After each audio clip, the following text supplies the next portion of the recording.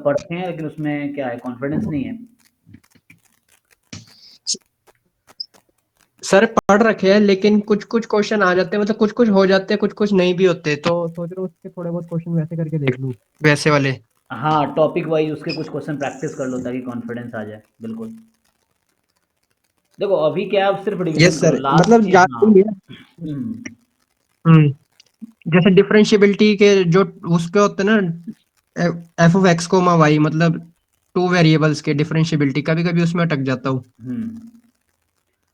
तो उसके बहुत सारे क्वेश्चन प्रैक्टिस कर लो जब और कुछ कुछ जिस सीरीज। जिस टॉपिक में हम्म। आपको लगे कि क्वेश्चंस कहीं फँस जाता है, कॉन्सेप्ट क्लियर नहीं है, तो उसके कुछ 10, 20, 25 क्वेश्चन उठा के सॉल्व कर लो उसके पैटर्न पे उस जैसा क्वेश्चन।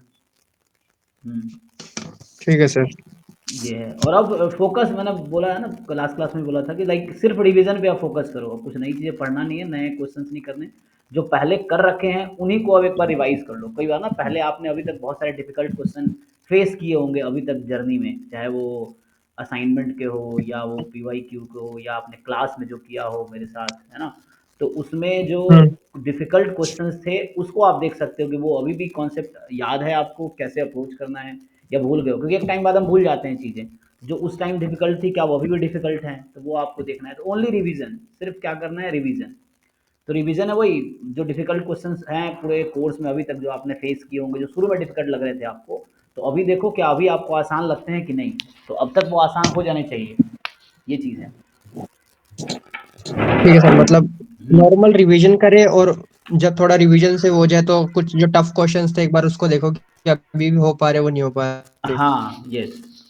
तो जैसे रिवीजन के लिए पीवाईक्यू भी कर सकते हो। रिवीजन पीवाईक्यू के जो डिफिकल्ट क्वेश्चंस हैं वो कर सकते हो। सिलेबस को रेगुलरली, जो सिलेबस में जो टॉपिक्स हम्म। हैं तो उसके जो कॉन्सेप्ट्स हैं वो आप, है ना, जैसे डेफिनेशन, थ्योरम्स रिपीटेडली करोगे ना तो दिमाग में रहेगा। तो एग्जाम में ना कई बार जैसे दो तीन ऑप्शन पढ़ते हैं, आपको लगता है ये भी सही हम्म। है, ये भी सही है।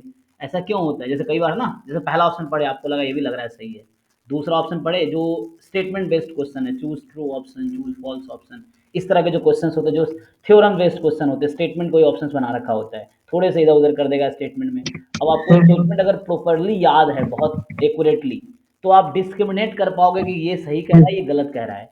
और अगर आपको हल्का हल्का याद है, मतलब बिल्कुल, है ना, होता है कई बार की चीज़ें लगती है ऐसा, मुझे लग रहा है ऐसा पढ़ा था, तो ऐसा इसलिए क्योंकि हमने उसको बहुत ध्यान से नहीं पढ़ा या बहुत बार नहीं पढ़े थे, तो इसीलिए वो थोड़े कॉन्फिडेंट नहीं रहते उन सब चीज़ों में। तो यस उसके सर। लिए क्या है, सिलेबस को रिवाइज करना। तो वही जो हर वर्ड का डेफिनेशन है, उससे रिलेटेड थ्योरम्स हैं, चाहे नोटबुक अगर आपने बना रखे हैं तो उसको रिवाइज करते रहो रिपीटेडली। अगर नहीं बुक्स अगर किया है तो बुक को भी आप से कर सकते हो, बुक गो थ्रू हो सकते हो बुक से। ये चीज़ें हैं, लेकिन सिलेबस वाली चीज़ें कोई मिस नहीं होनी चाहिए। कोई ऐसा सिलेबस के एक एक वर्ड से रिलेटेड जो भी डेफिनेशंस हैं, जो भी थ्योरम्स हैं, जो भी कॉन्सेप्ट्स हैं, वो आपको रिवाइज करने हैं। तो रिवाइज आप बुक से भी कर सकते हो, रिवाइज आप अपने, अगर अपने नोट्स बना रखे हैं अपने खुद के, तो खुद के नोट्स को रिपीटेडली रिवाइज करो।